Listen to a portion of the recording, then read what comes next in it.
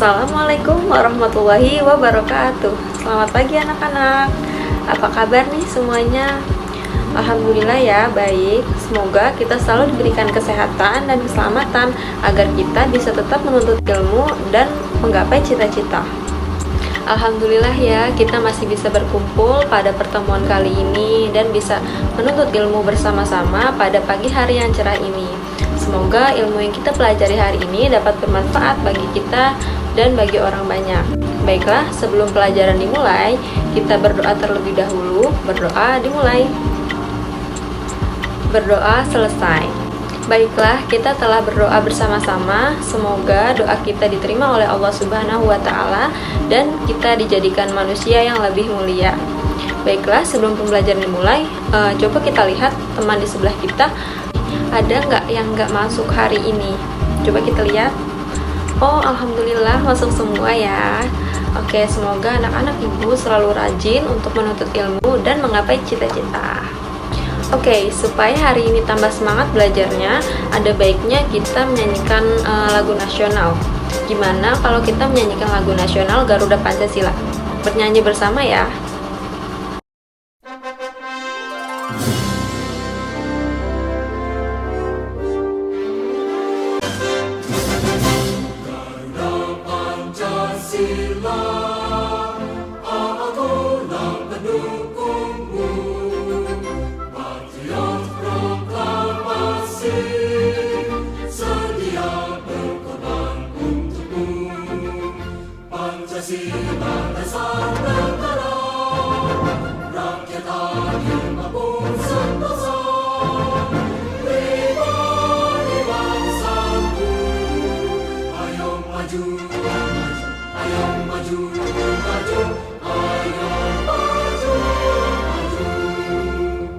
Oke, terima kasih anak-anak karena telah menyanyikan lagu nasional Garuda Pancasila bersama-sama dan dengan semangat.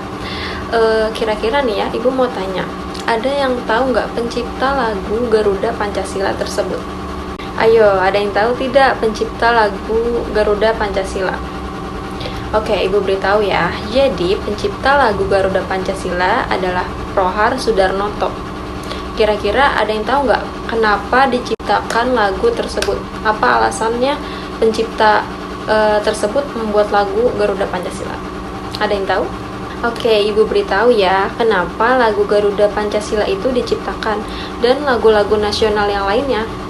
Jadi lagu tersebut diciptakan untuk membangkitkan semangat para pemuda pada zaman dulu nih.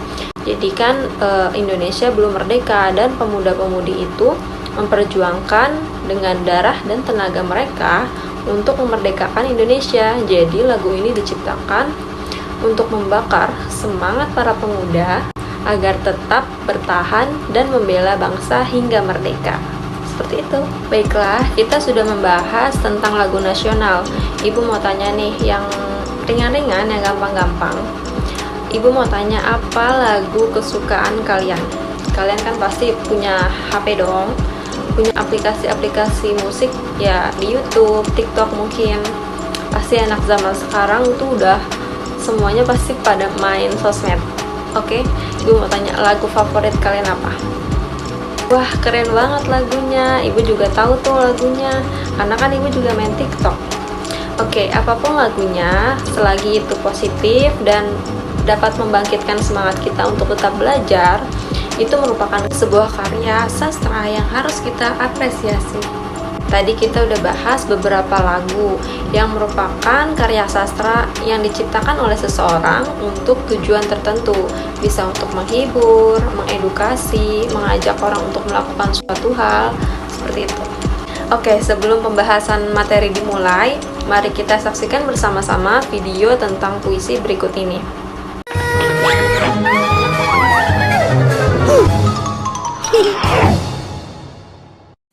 Halo Kaks, karena kemarin banyak yang request di beta pada bikin puisi, ini beta bikin Kaks. Akan judul Penantian. Dengarin. Rindu ini semacam hujan yang turun di terik matahari. Babasa, markering kembali. Jujur beta sen tahu jalan mana yang harus beta lalui. Lorong-lorong rindu ini bahkan diselimuti rasa takut yang sangat menghantui. Sepembayangan seakan datang dan pergi tanpa beta sadari. Memang ketus yang pernah baku dapa, atau mungkin beta yang terlalu berharap banyak. Hari-hari berlalu bersama tumpukan ragu. Bahkan lorong gelap itu pun berakhir buntu. Hingga akhirnya jarak paksa beta parbuang semua rindu. Mimpi-mimpi indah di setiap malam semacam sinetron di TV yang terus bersambung, menyisakan cerita yang selalu bikin beta punya hati tak gantung. Entah sampai kapan beta harus bermimpi. Beta takut suatu saat Ale pergi tanpa permisi.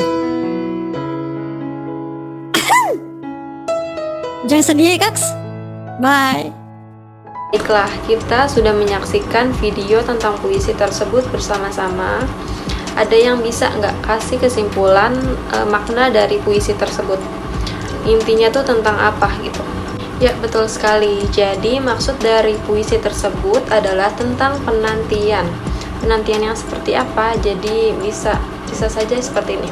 Anak yang rindu bertemu dengan keluarganya, bertemu dengan saudaranya mungkin, atau kakek neneknya di kampung halaman, seperti itu. Jadi puisi tersebut tentang penantian. Oke, mari kita mulai pembelajaran dengan penyampaian tujuan pembelajaran. Jadi ada yang tahu nggak nih tujuan kita mempelajari karya sastra, yaitu puisi?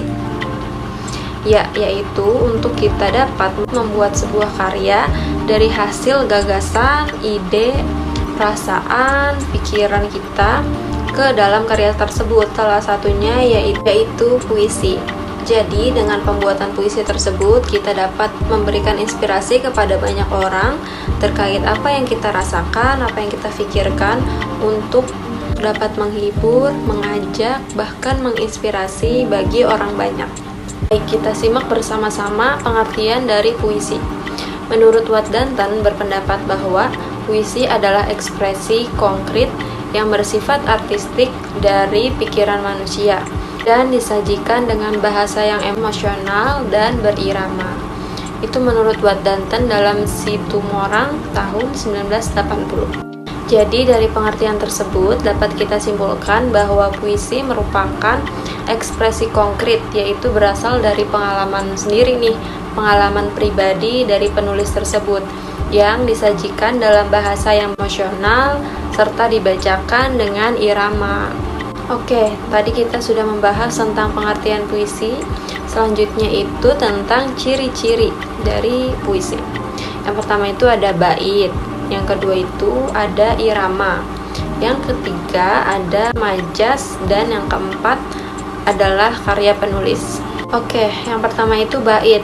Jadi bait itu maksudnya ditulis dalam bentuk 4 baris. Jadi setiap 4 baris puisi itu dinamakan satu bait. Nanti kita bisa lihat contoh dari puisi. Yang kedua itu adalah irama, yaitu membaca puisi tidak bisa sembarangan baca seperti kita membaca buku. Jadi membaca puisi itu harus dengan irama, ada intonasi dan tinggi rendahnya nada agar pembacaan itu lebih emosional. Oke, ciri-ciri berikutnya yaitu majas. Jadi majas itu adalah penggunaan bahasa kiasan dalam puisi. Jadi bahasanya itu tidak langsung gitu ya. Contohnya kabut putih melayah-layah. Jadi maksud dari perkataan itu kabut yang tersebar di seluruh wilayah, seperti itu. Selanjutnya yaitu ciri-ciri puisi adalah karya penulis. Jadi maksudnya yaitu pada puisi tidak menonjolkan alur, setting tempat, dan penokohan gitu. Jadi karya penulis ini adalah karya yang dibuatkan sendiri oleh penulis berdasarkan perasaan, pikiran, dan gagasan yang ingin disampaikan. Oke, materi selanjutnya yaitu struktur puisi. Jadi struktur puisi ini adalah susunan-susunan kita untuk membuat puisi. Yang pertama itu ada tema atau judul. Jadi kita harus menentukan tema. Misalnya tema kita tentang alam. Jadi judulnya itu bisa tentang pegunungan, pantai, dataran tinggi, ataupun kawah-kawah seperti itu, jadi tentang alam. Selanjutnya yaitu menyusun isi puisi yang berisikan bait, majas, dan irama. Seperti yang sudah dijelaskan bahwa puisi itu tidak seperti kita membaca buku, yaitu kita harus memperhatikan kata-kata dan juga majas yang digunakan, serta pembacaannya juga dengan irama. Baiklah, struktur yang terakhir yaitu memahami makna. Jadi sebelum kita membuat puisi, kita harus memahami makna puisi yang akan kita buat. Misalnya kita ingin membahas tentang alam, jadi kita mungkin memberi makna bahwa kita harus mencintai alam, yaitu salah satunya tempat tinggal kita di Indonesia, seperti itu, dengan cara merawat dan melestarikan lingkungan. Oke anak-anak, pada pertemuan kali ini kita telah membahas satu karya sastra yaitu puisi. Kita juga telah menyaksikan video dan membacakan puisi bersama-sama. Jadi kesimpulan pada pertemuan kali ini adalah puisi merupakan sebuah karya yang dihasilkan dari perasaan seseorang yang berbentuk bait, bersajak, dan dibaca berirama. Baiklah, pada pertemuan kali ini Ibu berharap supaya kita dapat mengekspresikan perasaan, pikiran, dan gagasan kita terhadap karya-karya, salah satunya yaitu puisi, agar dapat bermanfaat bagi diri kita dan bagi orang banyak. Supaya tambah jago nih membuat karya puisinya, Ibu tugaskan untuk membuat 2 bait puisi, 2 bait aja ya, lalu divideokan dan dikirimkan ke grup. Baiklah, sebelum kita tutup, mari kita melafazkan hamdalah. Alhamdulillahirabbil alamin. Semoga ilmu yang kita pelajari dapat bermanfaat bagi kita di kemudian hari. Oke, Ibu tutup. Wassalamualaikum warahmatullahi wabarakatuh. Dadah.